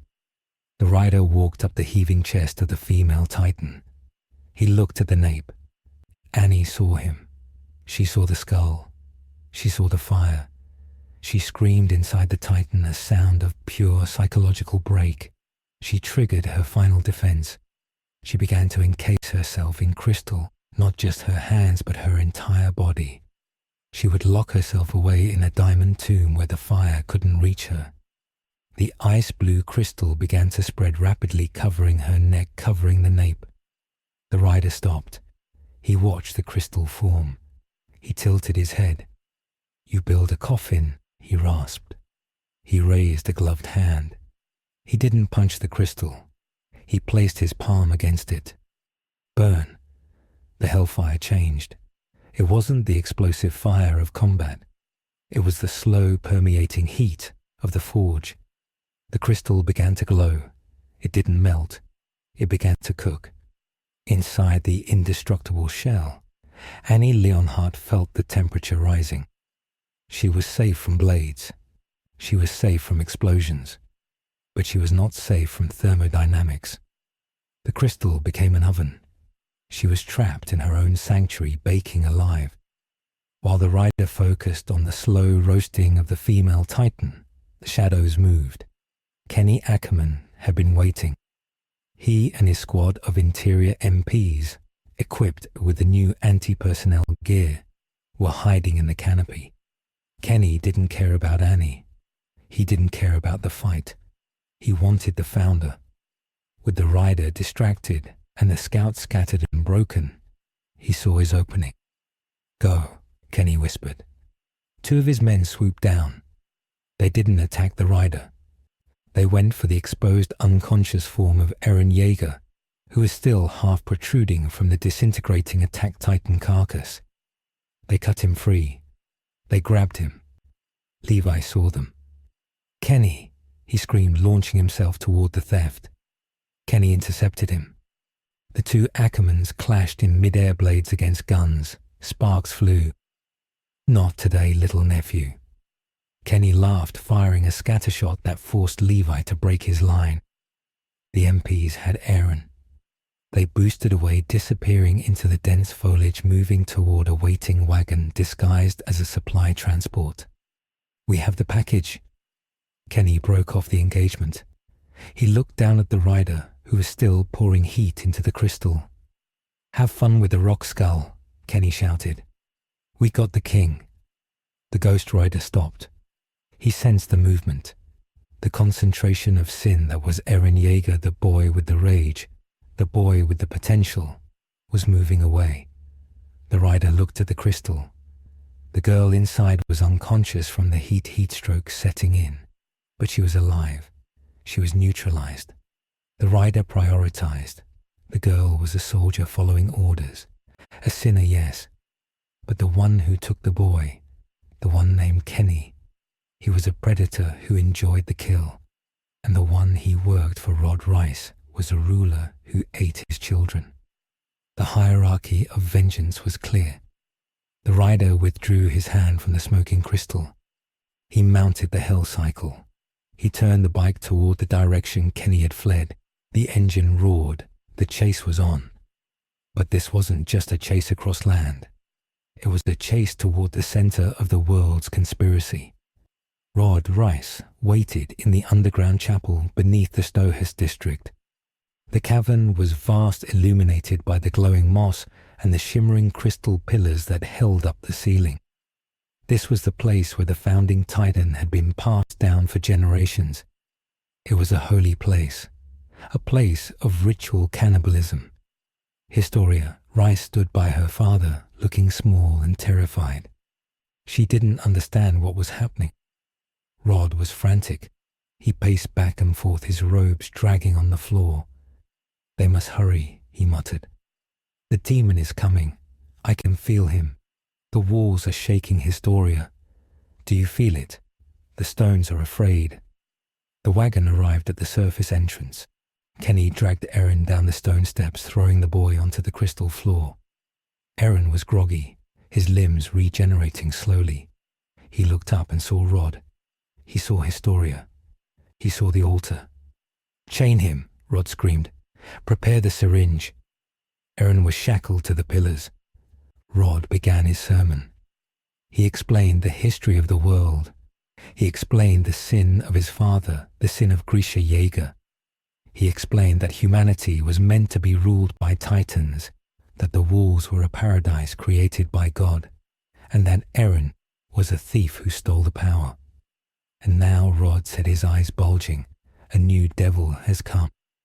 A devil of fire. It is drawn to the usurper. It is drawn to you, Eren. As long as you hold the founder, the rider will burn our world. You must return the power to my bloodline. Only a Rice can control the walls.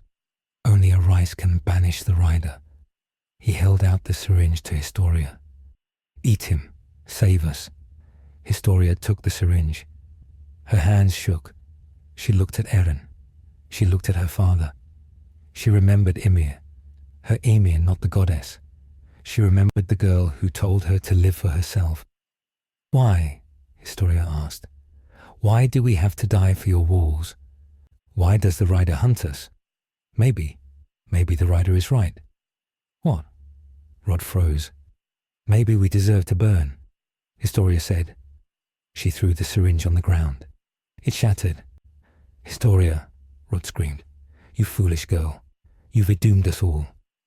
Rod dropped to his knees. He began to lap up the spinal fluid from the floor. He was desperate. If she wouldn't do it, he would. He would become the Titan. He would eat Eren. He would become God. The transformation began. Rod Rice's body began to expand rapidly.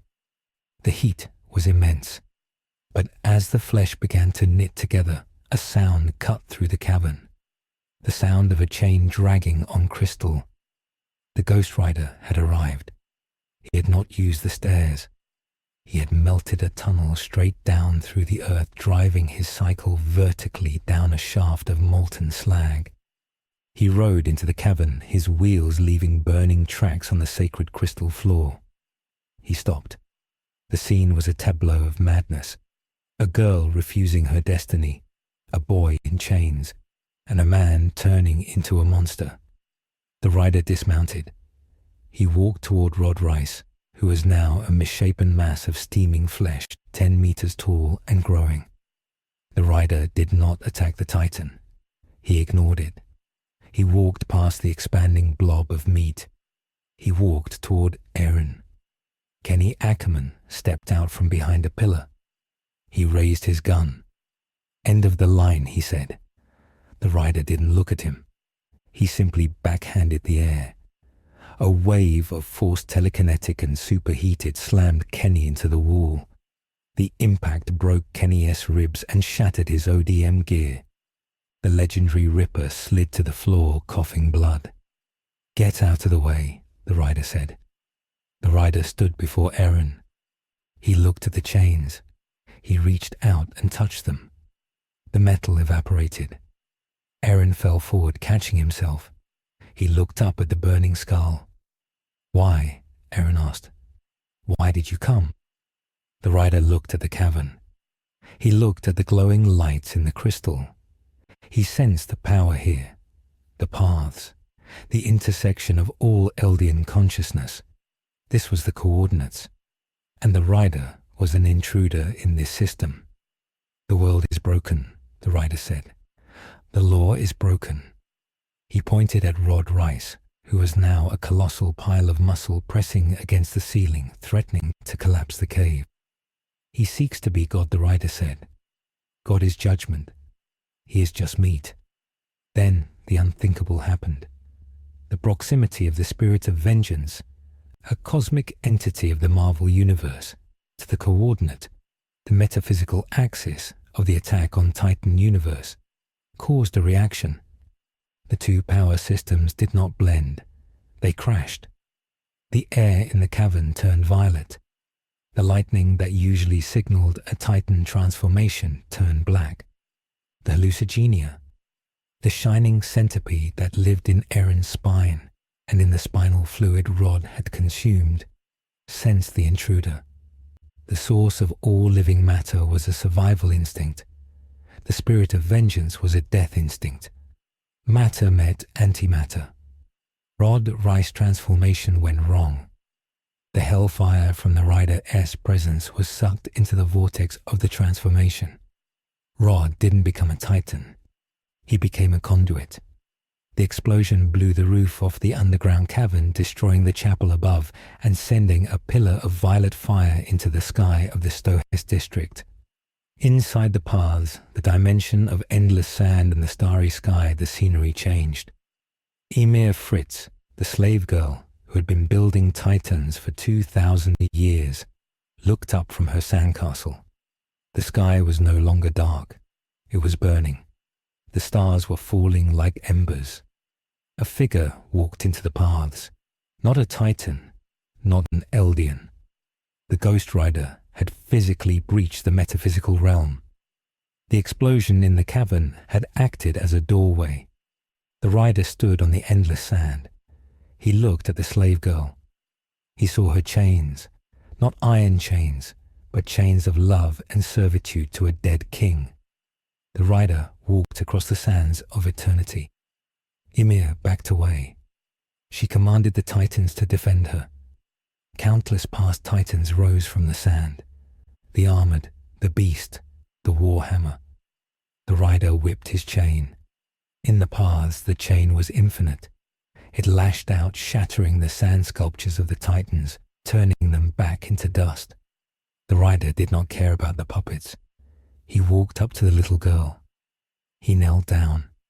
The fire on his head was the only light in this dead world. He looked into her eyes. "You are not a slave," he said. Ymir stared. She had waited 2,000 years for someone to save her. Eren Yeager would have told her she was free. The Ghost Rider did not tell her she was free. "You are guilty," the rider said. Ymir flinched. "You built the monsters," the rider whispered. "You built the walls. You let them eat the world because you were afraid to let go. That is your sin. The penance stare in the physical world burns the soul. In the paths where time is infinite, the penance stare is an eternity of understanding." The rider grabbed Ymir's shoulders. He forced her to look. He forced her to feel the pain of every human eaten by a Titan for 2,000 years. Every crunch of bone, every scream. She felt it all in a singular moment of absolute agonizing clarity. It was not cruelty. It was the only way to break the trance. The only way to shatter the love for King Fritz was to show her the cost of that love. Ymir screamed, a scream that echoed through every Eldian in existence. In the real world, the walls of Sinna rose and Maria cracked. Not a small crack, a structural failure. The millions of colossal Titans inside the walls opened their eyes simultaneously. But they were not receiving a coordinate order to march. They were receiving a scream of pain. They were waking up in a panic. The rumbling had begun, but it wasn't the orderly march of destruction Eren would have commanded. It was a riot. The Titans began to claw their way out of the walls. Debris rained down on the cities. The Ghost Rider had broken the curse by traumatizing the god. Back in the cavern, the rider was thrown back into his body by the sheer force of the rejection. He stood up amidst the falling rocks. Rod Rice was dead, consumed by the violet fire his soul burned away before he could fully form. Eren stood amidst the ruins. He felt the change. He felt the connection to the founder sever and then reconnect, but different. Hotter, angry. The walls are falling, Eren said, looking up at the sky. Historia grabbed Eren's arm. "What did you do?" she screamed at the rider. "I woke her up," the rider said, mounting his bike. He looked at the two children. "Run." The rider revved his engine. The roof collapsed completely, revealing the night sky. But the sky was blocked by the silhouette of a colossal titan stepping out of the wall scene just a few hundred yards away. The world was not ending. It was being purged. The Ghost Rider had come to punish the wicked. He had found that the wicked was the very foundation of this reality, so he had kicked the foundation out. The image of the Ghost Rider driving up the falling debris of the Stoa's chapel, driving straight toward the face of a waking wall titan, his chain spinning, ready to fight the apocalypse he had just started. The small choice to judge the goddess had led to the massive outcome of a chaotic, uncontrolled rumbling. The endgame was no longer about saving humanity. It was about surviving the judgment. The collapse of the concentric walls of Maria Rose and Sina was not the orderly military procession that Eren Yeager had envisioned in his darkest dreams, but a catastrophic convulsions of a dying era. The millions of colossal titans that had slept within the stone for a century did not wake with a command. They woke with a scream. The psychic shockwave of the Ghost Rider's judgment on Emir Fritz had shattered the coordinated will of the founder, leaving the wall titans as lobotomized giants, driven only by the residual pain of 2,000 years of slavery. They stumbled out of their prisons, their massive feet crushing the districts of Trost Stohes and Hermilha, purely by accident. Debris the size of cathedral domes rained down on the screaming populace. The dust cloud rose into the stratosphere, blotting out the stars, turning the night into a suffocating grey twilight, illuminated only by the random lightning strikes of the titans and the relentless unearthly glow of the spirit of vengeance. In the ruins of the Stohes district, the Ghost Rider drove his hell cycle up the vertical torso of a stumbling colossal titan. The giant swatted at him with a hand the size of a house, but the rider was faster, a streak of chrome and bone weaving through the steam. The rider was not fighting to win. He was fighting to contain. He realized the magnitude of his error. By judging the goddess, he had removed the leash from the dogs. Now the dogs were eating the world. The rider launched himself from the Titan's shoulder, swinging his chain around the creature's throat. He didn't pull. He channeled the Hellfire. The heat severed the Titan's spinal cord instantly, but for every one he dropped, 3 more stepped out of the dust-crushing bridges and orphanages with ignorant, lumbering steps. The rider landed on a rooftop that was sliding into a sinkhole. He revved his engine, the sound, a mechanical roar of frustration. He needed the source. He needed the anchor. Eren Yeager stood on the edge of the crater where the chapel had been. He was human, covered in the dust of the collapse. Beside him, Historia was weeping, her hands covering her ears to shut out the sound of the apocalypse. Eren looked at his hands. He felt the absence of the Founder's command. The coordinate was silent. Ymir was gone, hiding in the deepest recesses of the paths traumatized by the penance stare. But the power remained. The biological imperative of the Titans remained. And something else was rising from the crater, something ancient. From the molten slag where Rod Rice had died, a shape emerged. It was not a titan. It was the hallucigenia, the shining centipede, the source of all living matter. But it had changed. Exposed to the Ghost Rider S-dimensional breach, the entity had adapted. Its translucent spine was now veined with violet cracks. It had tasted the energy of the underworld and it was terrified. It grew rapidly, latching onto the nearest biomass, which happened to be the corpse of Rod Rice and the debris of the chapel. It wove bone and stone together, forming a chaotic exoskeleton, a nightmare structure that looked less like a creature and more like a moving fortress of white ribs and spinal fluid. It screeched, a sound that was not acoustic but psionic, causing every Eldian in the city to clutch their heads in agony. The worm was trying to reconnect. It was sending out tendrils of light, trying to hijack the mindless wall titans to build a new body, a body large enough to fight the burning man. The titans nearest the crater stopped their aimless wandering. They turned.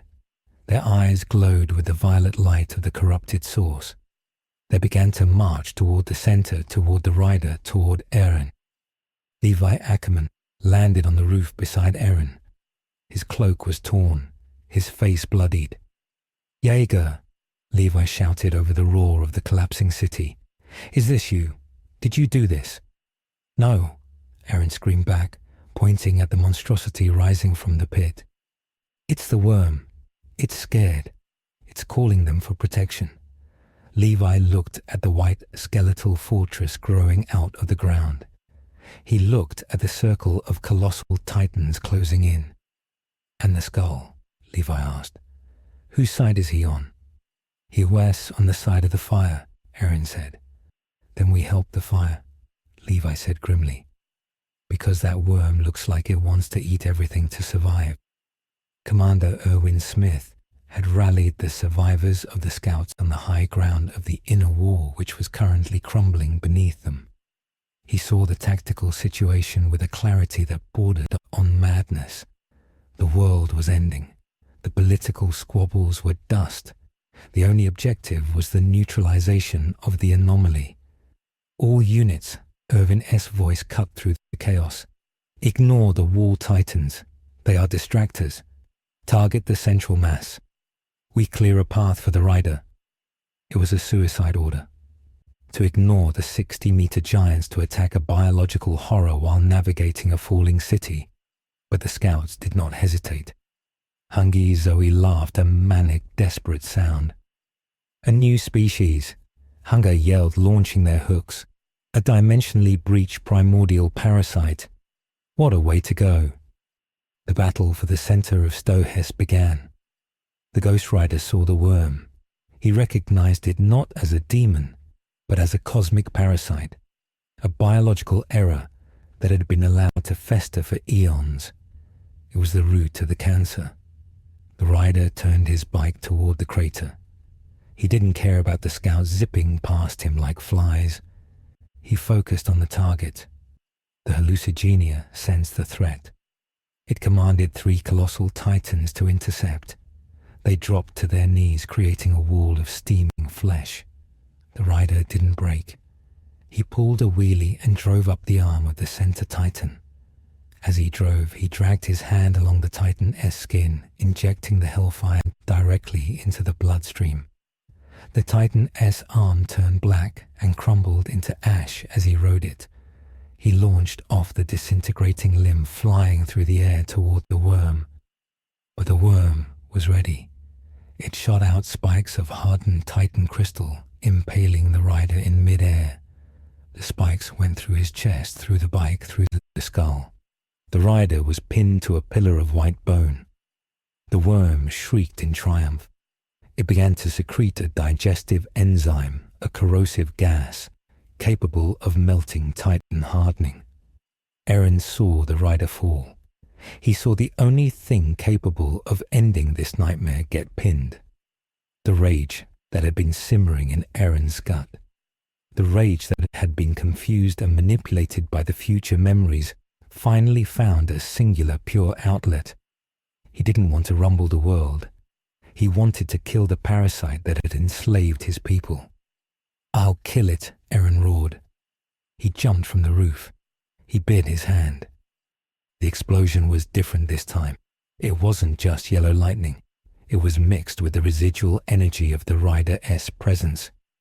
The attack titan that emerged was leaner, darker, its skin cracking like cooling magma. Eren roared and sprinted toward the worm. He ignored the heat. He ignored the gas. He leapt onto the bone fortress, dodging the crystal spikes. He reached the point where the rider was pinned. Eren grabbed the crystal spike with both hands. He roared, straining his muscles until they tore. He shattered the crystal, freeing the rider. The Ghost Rider fell, hitting the ground with a clatter of bones. He reformed instantly, the fire roaring back to life. He looked up at the attack titan. The titan looked down. There was no need for words. The pact was sealed in violence. Zeke Yeager, the beast titan, watched from the top of the wall Cena. He had been waiting for the moment to enact his plan, but the plan was ash. He saw his brother fighting alongside the demon. He saw the worm, the god he had sought to control, acting like a cornered rat. Zeke realized that his intellect was useless here. This was a brawl of gods. What a mess, Zeke muttered. He adjusted his glasses. He could run. He could hide in the forest and wait for the end. But Zeke saw something else. He saw the wall titans crushing the people he had looked down on. He saw the sheer waste of life. And for the first time in his life, the nihilist felt a pang of responsibility. He had wanted to save them by ending them gently. This was not gentle. I suppose I should pitch in. Zeke sighed. He transformed. The beast titan landed in the streets of Stoes, picking up boulders from the ruined wall. He began to hurl them not at the scouts, but at the colossal titans trying to reach the center. He was providing artillery support for the brother he couldn't save. The convergence was absolute. The Ghost Rider and the attack titan fought back to back against the tentacles of the hallucigenia. The rider used his chain to shear off the crystal spikes, while Eren used his hardened fists to smash the bony plates protecting the worm-esque core. But the worm was regenerating too fast. It was drawing mass from the millions of titans around it, siphoning their life force to rebuild itself. As long as the connection remained, the worm was immortal. The rider realized the tactical flaw. He couldn't kill it physically. He had to kill the connection. He had to burn the paths. The rider stopped fighting. He stood in the middle of the bone fortress, the battle raging around him. He closed his jaw. The flames on his head changed color again, turning a blinding absolute white. This was not the fire of vengeance. This was the fire of purgation. He revved the engine of the hell cycle. He wasn't going to ride it. He grabbed the bike by the handlebars and began to spin. He spun faster and faster, acting as a centrifuge. The chain attached to the bike whipped out, extending to an impossible length. The links glowed white. The rider released the bike. The hell cycle flew into the air, dragging the infinite chain with it. The bike didn't land. It began to orbit the worm powered by the Rider-S will.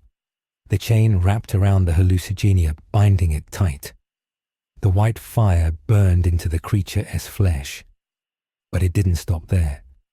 The heat traveled up the invisible ley lines of the paths. It traveled from the worm to the wall titans. In the streets of the burning cities, the colossal titans stopped. The connection was burning. They fell to their knees, not in prayer, but in disconnection.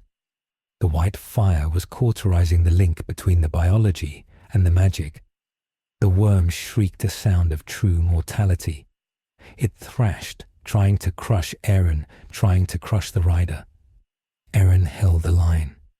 The attack titan was missing. An arm his side was blown open by a crystal spike, but he held the worm-S head in a headlock. refusing to let go. "Burn it!" Eren's titan roared. The sound gargled and monstrous. "Burn it all!" The Ghost Rider walked up to the bound, thrashing entity. He placed his skeletal hands on the glowing white chain. He pumped every ounce of the spirit of vengeance into the conduit. The metaphysical framework of the Titan power system was based on a wish for a bigger body, a wish for connection. The Ghost Rider introduced a new variable, the reality of consequence. The worm caught fire. It wasn't normal fire. It was a conflagration of history. The Lusitania burned, and as it burned, the memory of the Titans began to ash. In the paths, Ymir Fritz watched the sand turn to glass. She watched the tree of life catch fire. She didn't scream this time. She smiled, a sad, tired smile. The chains were gone. The connection was gone. She faded away not into death, but into oblivion, finally free of the love that had enslaved her. In the real world, the Lusitania disintegrated. It didn't leave a corpse. It left nothing. The massive bone fortress collapsed, turning into dust before it hit the ground. Eren fell from the collapsing structure, his titan form evaporating. But it wasn't the slow steam of before. The titan flesh was flaking away like burnt paper. Eren hit the ground hard. He was human again. He looked at his hands. The marks of the shifter, the lines under his eyes were fading. Around the city, around the world, the millions of wall titans halted. They didn't turn back into humans. There was no human left in them after 100 years. They simply died. Their massive bodies collapsed rapidly, decomposing into soil and nutrients, returning the stolen mass to the earth. The threat of the rumbling ended not with a bang, but with a massive global exhale. The Ghost Rider stood amidst the settling dust. The fire on his skull dimmed to a low flicker. He was exhausted. The spirit of vengeance is infinite, but the host is not. The rider staggered. He looked at Eren. The boy lay in the rubble alive but empty. The rage was gone. The power was gone. He was just a boy who had seen too much. Mikasa Ackerman landed beside Eren. She checked his pulse. She looked up at the rider, her blades drawn, ready to defend him even now. The rider didn't attack. He walked to his bike, which had fallen from the sky, its metal twisted and cooling. He touched it, and it repaired itself one last time. He mounted the machine. The engine sputtered, then caught. The sound was weaker now, less of a roar, more of a rumble. He looked at the survivors. Levi leaning on a broken wall. Jean and Connie staring at the mountains of steaming Titan remains. Historia weeping in the distance. The world was broken. The walls were gone. The Titans were gone. But the cost was incalculable. Thousands were dead in the collapse. The civilization was in ruins. The food supply was crushed. The winter would be hard. But they were free. The rider looked at Eren one last time. "You are judged," the rider said, his voice a whisper of dry leaves. Eren looked up. "Am I dead?" The rider shook his head. "Death is easy. Living with what you broke, that is the penance." The rider turned the bike. He didn't ride off into the sunset. He rode toward the horizon, where the ocean lay unseen by the people of the walls. He had business elsewhere. The world was large, and there were other sins in the lands across the sea. Mali, the World Alliance. They had created this hell too. The rider accelerated, leaving a single line of fire on the ground. A border, a warning. In the silence that followed, the only sound was the wind blowing the dust of the Titans across the ruins of Stohes. Armin Alert climbed out of the debris. He walked over to Eren and Mikasa. He looked at the path the rider had taken. "He's gone," Armin said. Eren sat up. He looked at the sky, which was finally clearing, revealing the first stars. "He's not gone," Eren said quietly. "He's just waiting." Eren looked at his friends. He realized he couldn't feel the future anymore. He couldn't feel the past.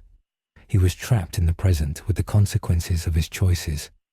"We have to build houses," Jean said, his voice cracking, breaking the spell. "It's getting cold." They didn't celebrate. They didn't cheer. They stood up and began to move rocks. The age of gods and monsters was over. The age of men had begun, and men had to clean up the mess. High above, on a cliff overlooking the ruins, Kenny Ackerman spat out a mouthful of blood. He had survived barely. He watched the rider leave. He watched the Titans turn to dirt. Well, Kenny wheezed, clutching his broken ribs.